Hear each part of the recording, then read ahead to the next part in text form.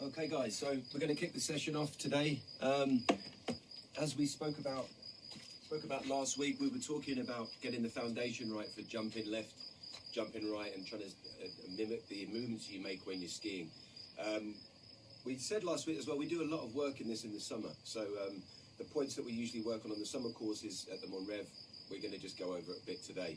A few of the subjects we touched on last week was flex. We're going to sort of evolve that a little bit more into your flexion extension today. And another area was symmetry, which we sort of touched on, but we're going to do a little bit of work on that. Before we kick off, it's a lovely day here today, so I'm just going to take the camera around. At least you can have a look at what's going on in Verbier. So in the background there, you can see the Grand Combat, if I hold the camera still. Beautiful sort of scenery at the moment. And then the contrast, you turn the camera around. A lot of you guys that ski with us here will know that's Savalaise, and some of you guys will ski down to Marlena. That's the snow up the top. You can still see some of the couloirs on Attila. They've still got some snow in them, even though it's been a very, very warm 8 or 9 weeks. But yeah, lovely day for it. I'll pop the camera back on and we'll get the session started, guys. As we said before, any questions, just ping them in and we'll do what we can do to answer. If there's something specific on the screen, I've got my phone switched on loud, so if a text message goes off, I'll have a check of it, and it'll probably be Rob or Jordan messaging in what people have written. So just to go over the session today, we've obviously got the cones set up here, and the development over the next few weeks is going to be something where we try and get you guys into a very dynamic way of jumping left and right. And obviously in that, it's simulating what you do, what you need to do on your skis. Quite often we've developed people's flexion and extension or retraction in between turns, depending on what type of turn is needed for the type of terrain they're skiing. We've actually developed ranges of movement off of snow, and that's why this is important. So things we sort of touched on last week, we looked at symmetry, we looked at flex and making sure the flex pattern's working. And what's quite interesting when you look at flex and symmetry, not everybody, even though it sounds straightforward, not everybody, when they're flexing forward here, gets just a movement like that. Many people we see can roll inwards, some people even bow-legged roll outwards. And we just want to put a little bit of focus into building a strong foundation, which is I think the principle of a lot of how we run our coaching system. Get the foundation right at the basis in the legs, and quite a lot of the technique and skills you build on top of it will be solid. And you'll run much less risk of injury because of those reasons. So I think the goal over the next week or two, we're going to try and get people working in a dynamic way. So for example, using these cones, just letting people see how we would develop in a typical training session, jumping left and right, using the legs. And we've said as well last week that when some people do that, you can get movement patterns like this. So if you are doing this at home, be aware that when the landing happens, we don't want to see it static. We want to try and see a rebound, and that the legs are making the movements you might mimic when you're making short radius turns, tight radius turns, things you might be doing in moguls as well. One of the things that people find it very difficult to be self-aware of when you're skiing, which is why video analysis sessions obviously are so effective, is the symmetry position in the legs. So we touched on it last week, and one of the things we said that what we see when we're running this session, I think I mentioned Fiona. I was sitting in on Fiona's session last year in the Monrev, and it was clear that when people were jumping side to side, there wasn't much lateral control in the legs. So either the legs were sort of splitting out wider, or as they were going through the movement, sometimes they'd land with their knees slightly closer together. When we looked at it even deeper, what's interesting, very similar to skiing, and if you guys are videoing yourselves, and I know some of you guys we've engaged with over the last week obviously got some good results out of running a training program. So well done for that, and very clear before and after differences in the jumping pattern. What we saw also on those videos, symmetry was achieved, and it certainly wasn't at the start of the week after we did this session on a few of the people that we watched. But more bounce, way more leg extension. And that's why we're going to cover that topic quite soon. So from a symmetry point of view, the two things that we see happening, and the two things this week in your at-home exercise I want you to focus on, is that when you're jumping side to side, and let's say the difference between something very basic where you're just making a small movement here, and when you push your limit a little bit and try and jump much further afield, we want to try and see that when you push that limit, where does the symmetry lie? Is it in that stage that the feet end up landing wider? Again, very common thing in skiing, how this relates directly to it. In between turns, we said this last week as well, a lot of the time in between turns, people might widen their stance as opposed to actually projecting, leaving the feet alone and projecting into the new direction. So this is something we want you guys to look at. Just first thing, really basic, use some video analysis yourself, like instant video analysis. So work your way through your jumping routine, but just try and think of looking down at your knees. When your head's up here, it's very difficult to analyze what's going on down here. So head up and have a look at the difference between this and when you get instant feedback. Instant feedback is looking down at the knees, seeing what's happening as you jump in side to side. So you get a really good feel for it. When you work on this exercise as well, think about your feet, think about relating back to your ski boots, and then ask yourself that question on symmetry.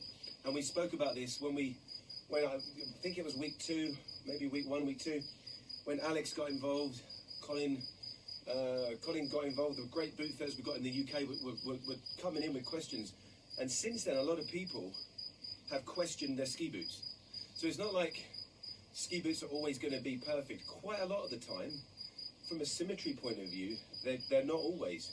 So in this exercise, one of the things we want to try and get some of you guys to do is, if you take this exercise at the end of this session and you work through it in the week and you have the opportunity to go onto grass, if you've got a garden or if you can go into an outside space, obviously you can class it as exercise. Try working through the jumping exercises with your ski boots on.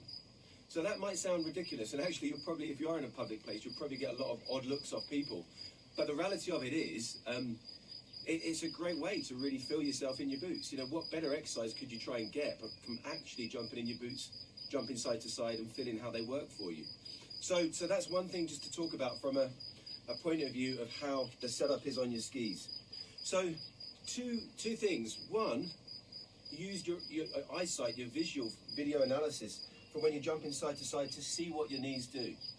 You know, we know from obviously the feedback last week, people that wrote in, sent videos in, it's not a given. You know, a lot of people doing the basic movement that mimics skiing, flexion and extension side to side. People don't carry a complete symmetry line from the hips down to the feet. Something usually gives.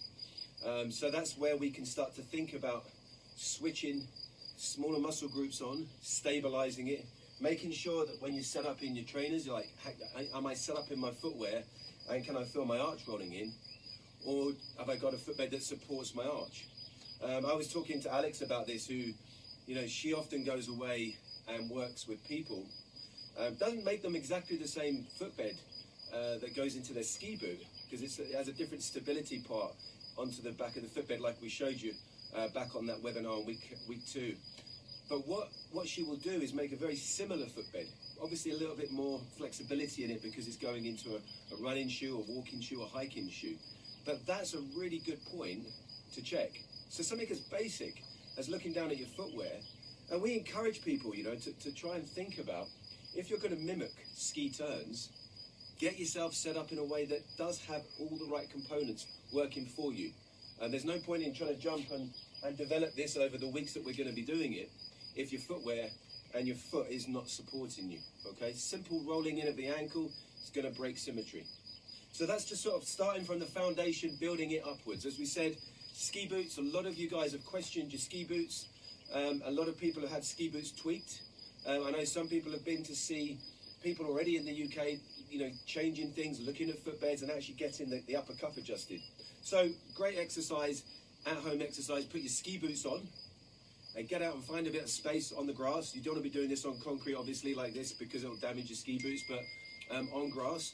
And then you can try to get a little bit of work on that really benefits your knowledge of your ski boot. So I'm going to go through this again, just working through, looking at my knees, eyesight is on here, and just jumping side to side, feeling it, looking at when I go. Just there, you can see my right leg came out as I was jumping across. So I'm going to go back, give myself a little bit more sort of thought and analysis to it, and across, and across, and across. And just feeling how the legs can rebound. The thing that's really important about symmetry and analysing your symmetry is that if you land and you come into a position like this where the knees are slightly closer together than your feet, your general framework is weaker. So your muscles that you might be wanting to use for flexion and extension, which is where we'll be evolving this session into next week, those muscles are going to be compromised because they're actually trying to hold your framework up, your skeleton up. It's like this thing we often do in an analysis session when we try and explain about symmetry in the foundation. We often just stand in a room and get one of our team to hold their arms out and try to have an A-frame, and someone will come behind and try and pull their arms down. So you can try this at home. It's very interesting. If there's two of you or you're working in a group, just stand up in this position, ski symmetry, sort of hip width apart, 20-30 centimeters apart. Give yourself an A-frame, so break your symmetry. Get someone to try and push your arms down. And then go back and analyze it, and it's a very easy way for you guys to get information and feedback.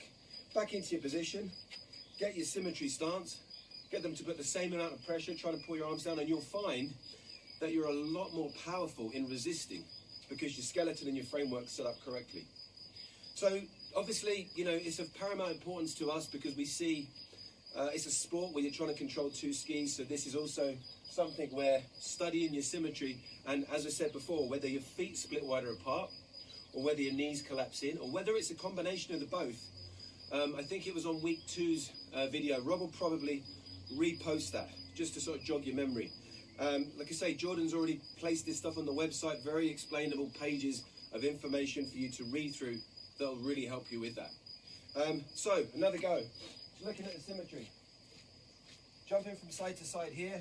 Going to try and push the dynamics a little bit further, but keeping my eyes on my legs and just trying to work laterally and holding it there. So one thing you can do, and it's a bit like skiing with your hands on your knees, guys. One thing you can do is put a band. Now, if you haven't got a band, just a pair of ski socks tied together could work. A pair of tights, whatever you have in the house, just something that'll go around the knees. And what this will do, if I put my feet through this band, it'll actually give me a lot of feedback because something's actually touching my knees. So there's a tiny bit of pressure. If I totally relax, the band's going to want to go like that. What I'm going to do is use the muscles in the legs, adductors, glutes, everything, trying to control this leg and this frame and take myself through the jumping process.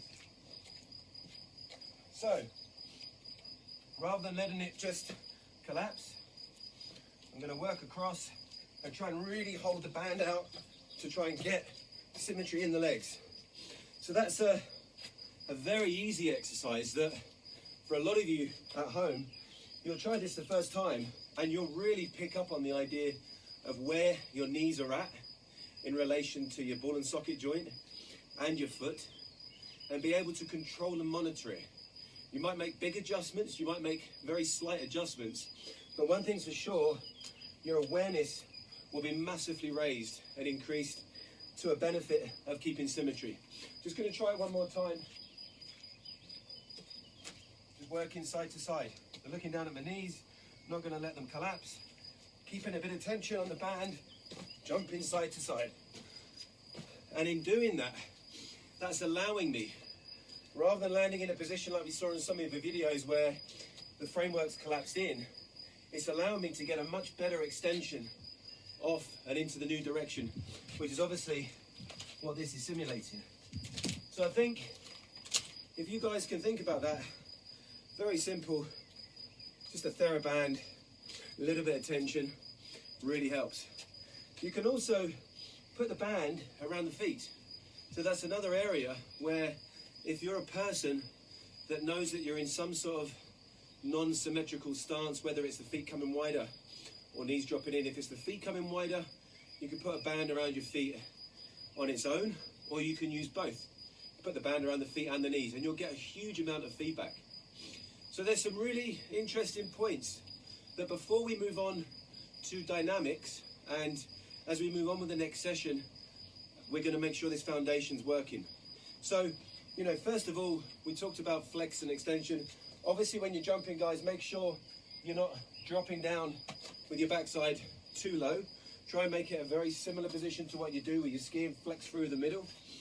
And as you take off and you land, pay particular attention to symmetry throughout this week, so that when we start next week, you're going to be in a more dynamic position, better to take shocks.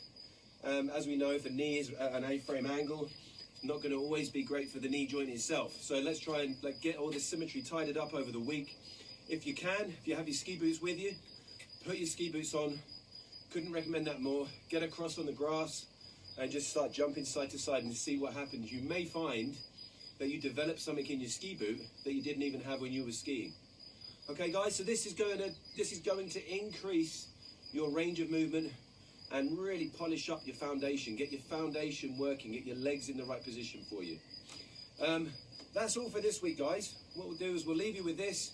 Keep the comments coming in. As we said last week and as we did over this week, we're there to do one-to-one feedback online. We'll continue to do that. We'll try and get you guys set up correctly. And the videos, you know, as we said before, they're not just of use to you, they're great for us as well, because we really see how people engage with these exercises and how the at-home work really goes. I hope you guys have a good week and everything stays safe still in the UK. Enjoy the rest of your weekend, and yeah, we'll see you next Friday. So next week, it goes back to the normal time, 10 a.m. UK time on the Friday. The website is obviously there for your benefit, guys. There's lots of free content, so please take the time, have a read through it, look at the videos that are there to try and help you, and we'll be there online this week to receive your messages and your videos, and we'll be giving you feedback on that as well. What was interesting last week, we launched our winter program. Really surprised on the uptake. So from an industry point of view, we were really motivated to see how many people had confidence. And obviously, as we always say, it's the passion about skiing, but confidence to book onto next winter's courses already. So we're quite excited about that. And I'm not sure I mentioned this last week, but there's quite a lot of positive chatter about the Zermatt Glacier opening on the 6th of June. So that's the plan. Obviously, with COVID, nothing's actually definite, but that's the plan as it seems to be. And hopefully, we'll be having a ski at some point this summer. Those of you that I know have been writing in and asking about the summer courses and is it going to happen or not, we'll let everybody know as soon as we know, and it'll be one of those things, you know, the courses, the dates will go up, we'll throw them out there, and you will get the information. Awesome, guys. Thanks again for listening in, and look forward to seeing you all next week. Enjoy your training, and hope you get on successfully with your symmetry. Cheers, guys.